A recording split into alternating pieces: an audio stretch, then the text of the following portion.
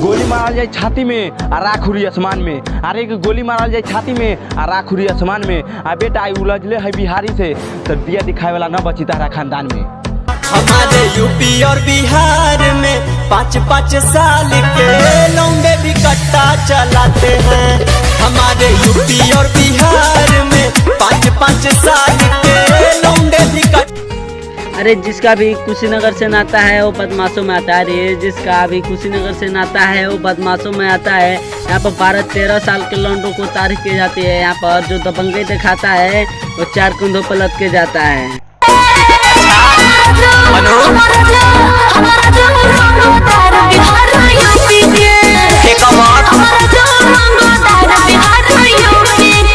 धुआं धुआं सबके पिस्तौल से होई, अरे कि धुआं धुआं सबके पिस्तौल से होई। आ जब लहरी मुजफ्फरपुर के झंडा तो हंगामा पूरा यूपी बिहार में होई।